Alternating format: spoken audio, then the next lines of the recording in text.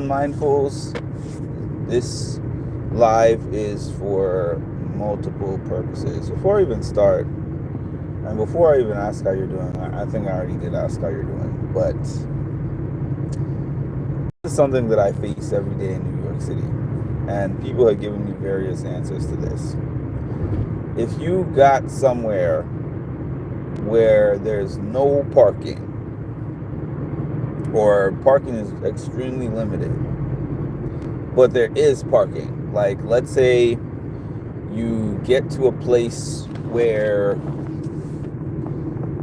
okay, let's say that you're going to an event space and there's a parking space that is right in front of the event, or you're looking for a parking space that is right in front of the event or very close to the event that involves like 30 seconds or less of walking to get you into the venue. Are you the person who is going to drive your car around for 30 minutes till you luck into a spot or until somebody pulls out of a spot and you get a chance to pull into that spot really quick? Or if you found a spot that is, let's say, 5 minutes of walking away from the building, which one of those two are you going to take? Now, my answer for myself is that I would definitely take the spot that's 5 minutes away, because I don't have the patience to drive around for 30 minutes perusing and looking around for a spot. So that's my answer. But I'm curious to know, are you that patient person who will drive around indefinitely, hoping and praying that a spot opens up for you? Or are you the person who will park a little farther away in the spot that you guaranteed, that you know is guaranteed? Like, for an example, right now I went to Costco, and man, Costco is packed on the weekends.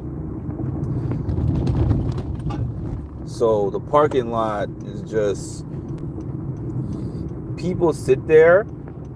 There's always going to be a spot that you can get if you're willing to wait like 5 to 10 minutes. So what I mean by that is, you'll get somebody coming out of the store with their huge Costco cart, and typically I see a lot of families going to Costco. It's not usually one person going by themselves, and even if it is one person, they have a lot of items, so you have to sit behind them and wait for them to place those items in the car one by one by one by one.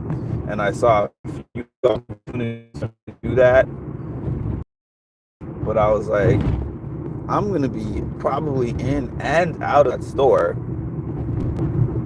before this person even puts those items in their car. And I literally was, for a lot of them. I saw some people that were still in those spots waiting for those spots.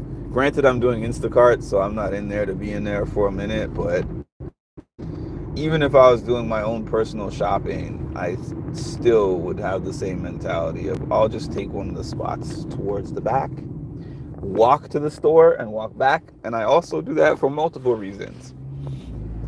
One of those reasons is because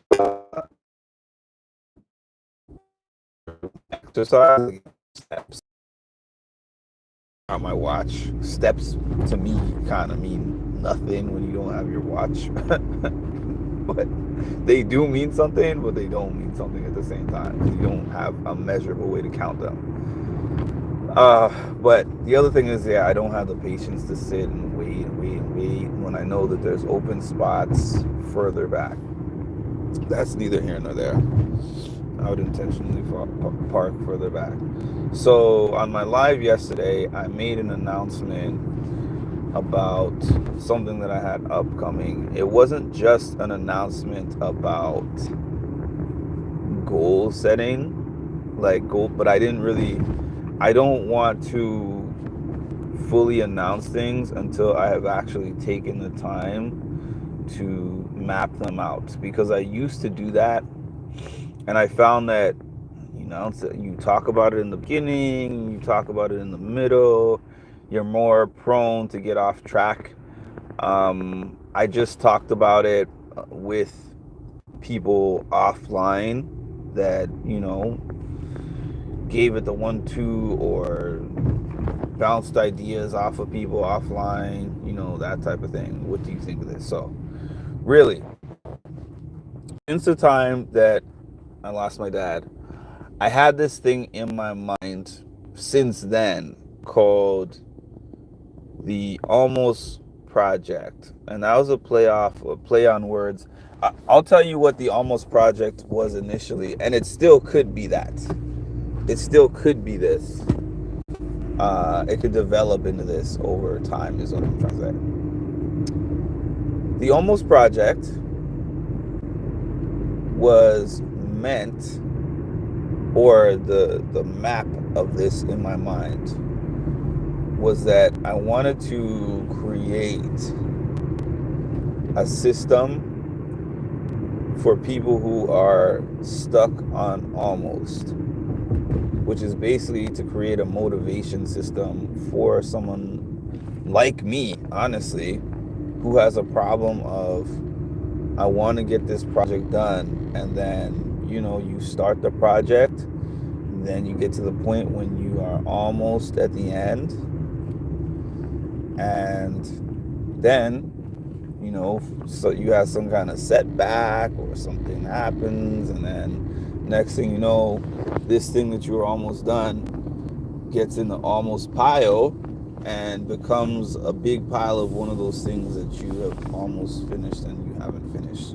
So that was the Almost Project. That was the initial intent of the Almost Project. What I decided to do, here's how this process went. I said to myself, there are 10 more months after this month. I mean, 10 and a half if you include this month, but really 10 full months of 2025 remaining. And I said, I want to finish 10 projects. So I thought of, 10 almost projects for me. Basically 10 projects, 10 such projects that I have thought of before, that I have probably worked on before, with the exception of, my computer screen. That's not really a project. But the other 9 of them were projects that I had started and stopped and picked up and put down and that type of thing. And I put them all down and I said, okay, 10 projects that I want to finish by 2025. They were all great projects. But then I remembered SMART goals. Specific, measurable, attainable, realistic. I always forget the T.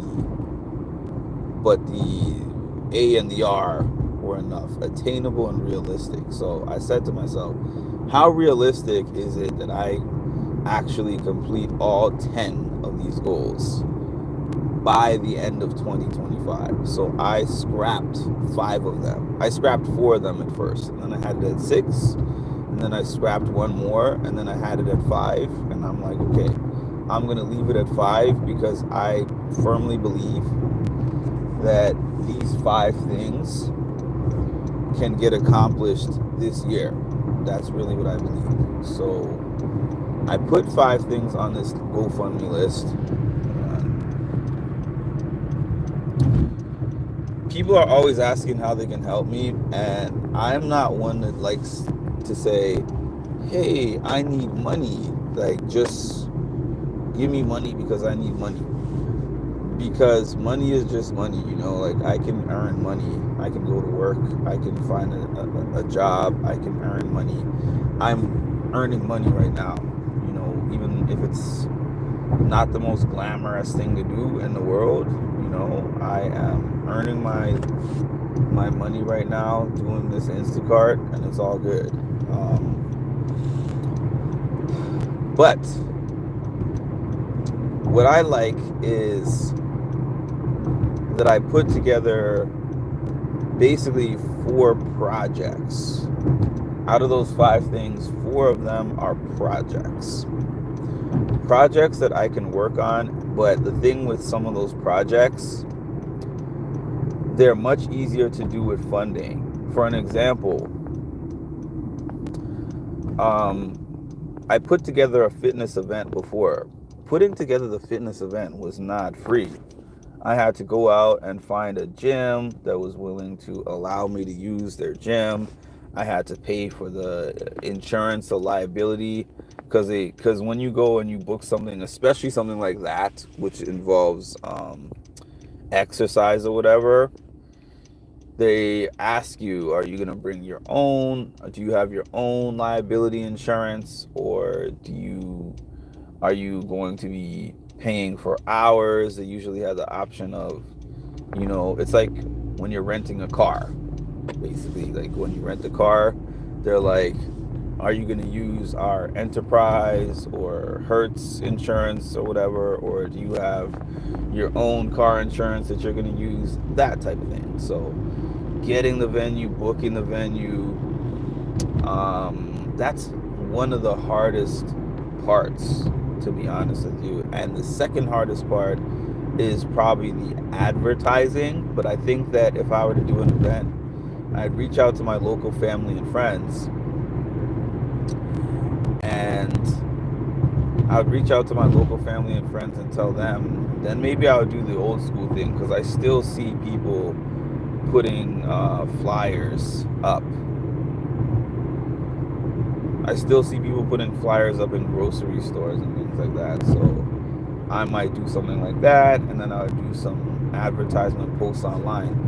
But I want to do a cool thing that I haven't really seen anyone really do before, is that if I do those events, I would like to have some kind of a hybrid availability to where people could watch those events online or on some kind of link. Like I said, either live or maybe a combination. Some parts of it I can show you live, and some parts of it I can show you after the fact on another link that's not on YouTube. Maybe I put it on Patreon, or maybe I just find a place that I can upload videos. When it comes to the music and mental health event, I can definitely put that entire thing on a live. That's not an issue, putting that entire thing on a live. But when it comes to a watch party event, that's where it gets murky, because I definitely can't display a watch party live on YouTube because of copyright. But I'm sure there's alternative links if people were dedicated enough to want to watch it elsewhere. Excuse me. They could do so. I just read about that. I like that. Love the concept too. Got to be able to have a deadline.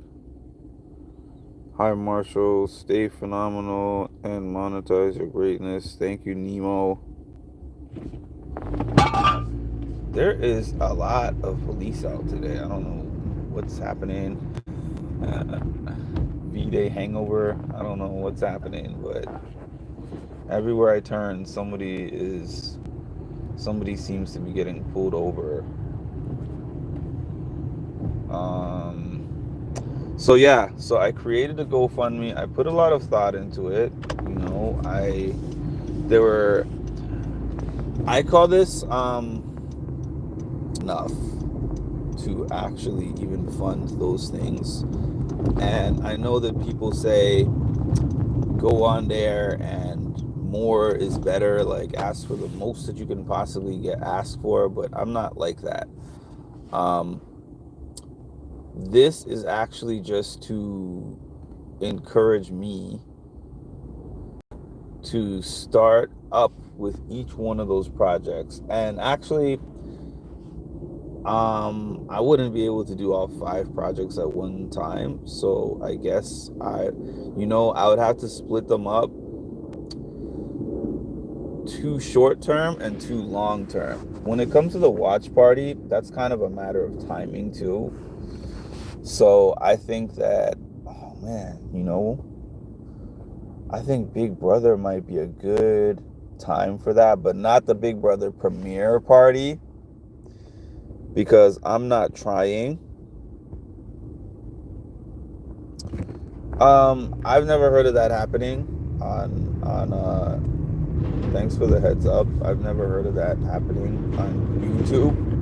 I know TikTok will just take your video down altogether, but you definitely haven't. I don't know if you've been on this page before, but the majority of my lives are while I'm driving.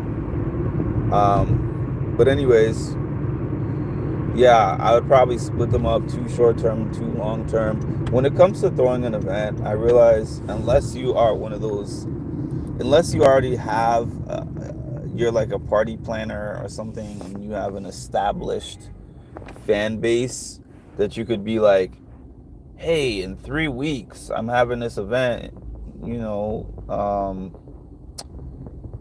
prepay the tickets, people do that. I have found, because I have actually tried to do events and make and have prepaid tickets. Like, okay, I have a date set of this event for such and such. They're like, well, who's going to be there? Which reality TV star is going to be at the event? Or even if it was my own personal mental health event, the person was like, the people are like, who's going to be the speakers and what are you going to be talking about? I'm like, well, I do have it all explained. I'm going to be the speaker. And as a matter of fact, I didn't just go there and speak by myself. I enlisted 3 to 4 other speakers at the 2 events that I had. And people were still like, ah. And I ended up getting about 12 people. But no, yeah, maybe about 12 to 15 people, which I was told by my life coach of a few years ago, that's a fairly significant amount based on not really having prior public speaking experience at that point in time, and also the fact that I mainly just 90% of my advertising was just local family and friends, and it wasn't like I went to local community centers and different places and advertised it up everywhere, so I have a healthier set of expectations. And then also, I was having a conversation with my sister about entrepreneurship, and she described it to me, right? I'm not going to remember exactly how she said it, but she said something like, I see it as a lot of networking and putting yourself out there, figuring out figures and investments. And she says, all of that sounds daunting to me. I don't know if she used the word daunting, but this is as daunting. I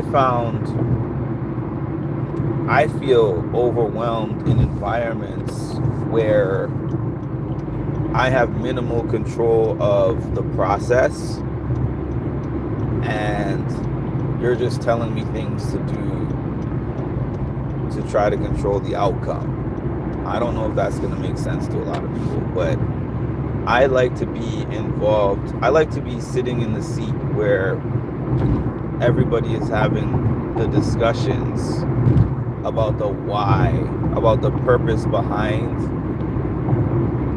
why things are being done and the plan as to how we're going to get that thing done. I like to be involved in that.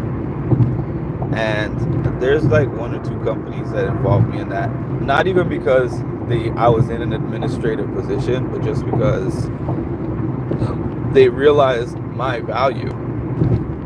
So they were like, why wouldn't we have Mark sitting in here on these discussions? This is this is something that will benefit our company.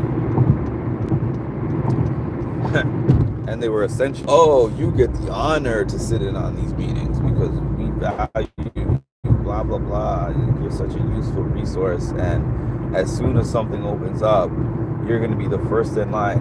You know how many times I've heard that in my work life? You're going to be the first in line. So, what has happened in my life recently is what compelled me to create this GoFundMe, which is in honor of my dad, because it is multiple projects that are of importance to me that I would like to complete this year, and that I fully believe that I can complete this year. And for each of these projects, it's not just something where you would contribute and never hear about it again. It's something where once I have those funds, I will start working on that and working on those projects, and I will be documenting my work that I'm doing. So I'll be showing you, like, if I say, all right, I'm gonna go fix my MacBook, I'll take a look, I'll show you. Here's me going to the store, right? Here's my MacBook, look at the screen. The screen is messed up. It's been messed up for like almost a year at this point. I found the store that I'm going to use to get the screen fixed, and I'm going to show you the fixed screen. Or when it comes to like my process for getting the venue for my event, I'm going to show you, like, okay, this is the venue that I picked. This is what it looks like anyways, because I don't know how much of that I'm going to put on my YouTube page, but this is what my venue looks like, and this is the date that I'm going to be hosting said event. You know what I mean? So it's something that also will require me to push myself beyond what I've been doing, because I feel like I've just gotten great at being average, and that's not a feeling that I like.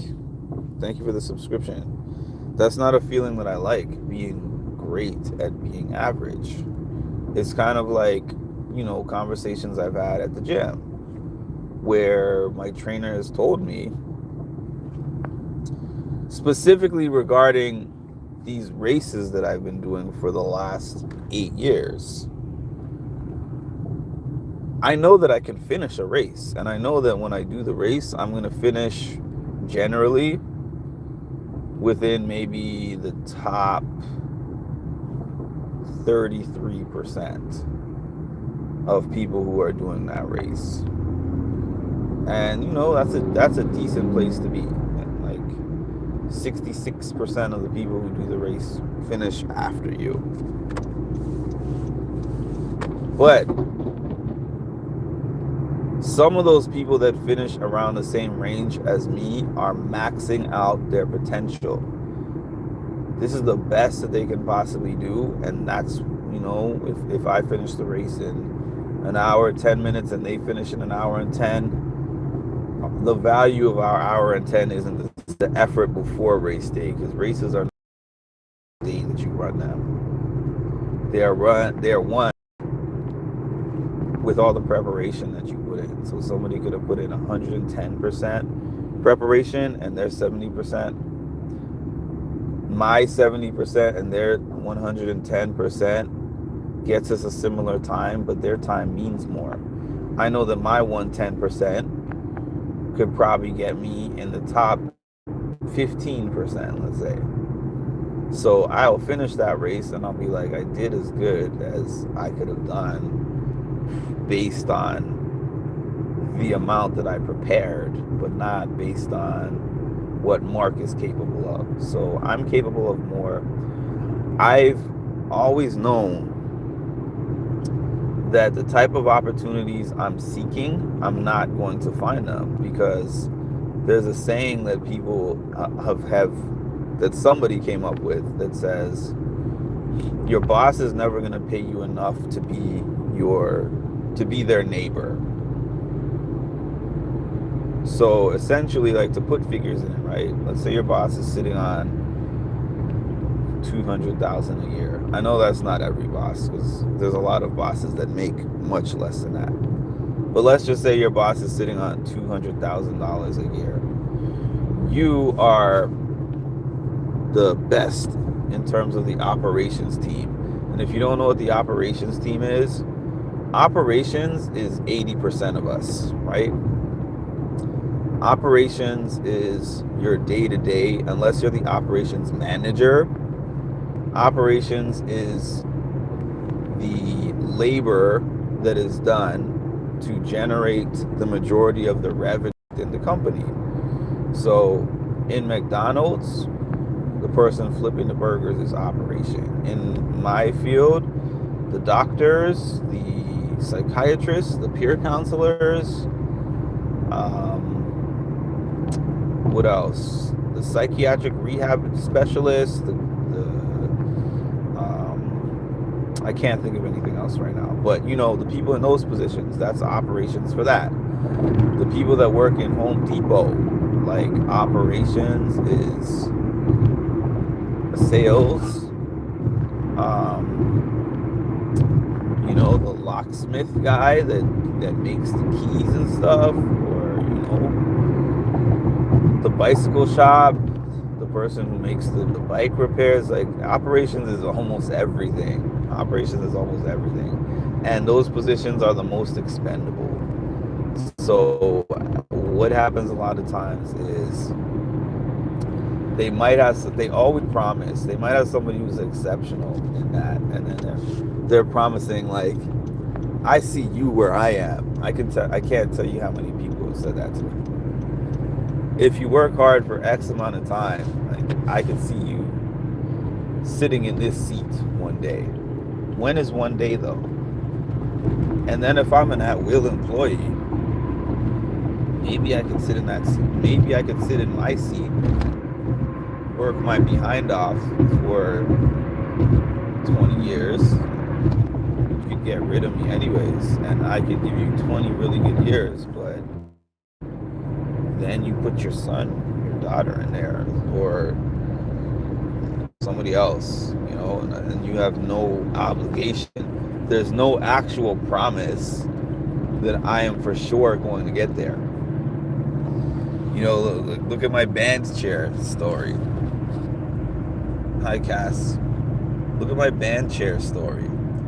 I was overconfident about my status as first chair. I started playing my saxophone in 5th grade, and I played it in 5th through 8th grade. I was first chair all of those years. And the band instructor did not make me audition. Ever. I never auditioned. He was just like, you are the one with the most talent. You're the one who goes to the competitions and wins. I won a bunch of competitions against other people from other schools and stuff. And nobody else that I knew in my school was even doing those competitions. So I was highly regarded as the best saxophone player in the school. Or in the band. I don't know. I don't know about the school, because we had a junior band and a senior band. So when I was in the junior band, I was considered the best saxophonist in the junior band. When I was when I was in the senior band, I was regarded as the best in the senior band. But then our band teacher got fired after 8th grade. So going into my freshman year of high school, we had a brand new band teacher. And the new band teacher was like, I don't know y'all. And I think I even tried to tell him, I have been first chair for the last 4 years. Because it was the same teacher teaching the elementary school and the high school. The same band instructor. So I was like, the former band instructor had me at first chair all these years and told me that I'm getting first chair. He told me at the end of my 8th grade year that I'm getting first chair in 9th grade. I was like, all right. Sounds good to me. Sounds like a plan, man. And we get to that time, And he's like, okay, it sounds like it sounds like you're a good saxophonist. So practice your audition piece and nail the audition piece, and then you get first chair. I'm like, who does this man think he is? And I remember I practiced minimally. I was like, I don't need practice like that because I am just that good. I'm just that good at the saxophone. I'm way better than my counterparts. Like I wasn't Sonny Rollins or Kenny G or anything like that. I'm not trying to say that. I think about that my counterparts, and I knew they didn't have the same level of talent that I had. I heard them play before. We'd been playing together for 4 years at that stage. So I remember my guy, my friend, he was to me third chair material in real life, but he gave a first chair effort in terms of practicing the hell out of those pieces. Practiced those pieces real hard, and he did incredibly good, and he got first chair.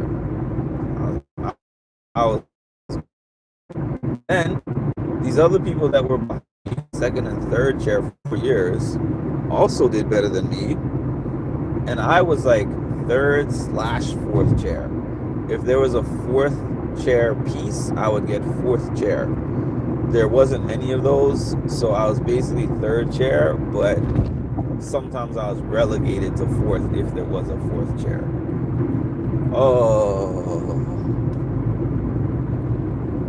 that haunts me to this day, which is why I still, mention that story often. But at the same time, it's a reason why my work ethic as an adult is so strong, because I was born with a ton of talents, but there's a lot of people. It doesn't really matter the talent that you have if you sit on it, or if you don't work towards making sure to put your best foot forward. Because there's a lot of times where you could be the most talented at something, but somebody is like, I don't care, I'm going to be the hardest working person in the room, and their work ethic is going to put them in that spot that you believe that you should be in based on your talent. How did I get around the world to that? Well, believe it or not, I actually remember my point of even throwing that story in here, and the point was basically to say that you can't have somebody at a job guarantee you things. They always try to do that.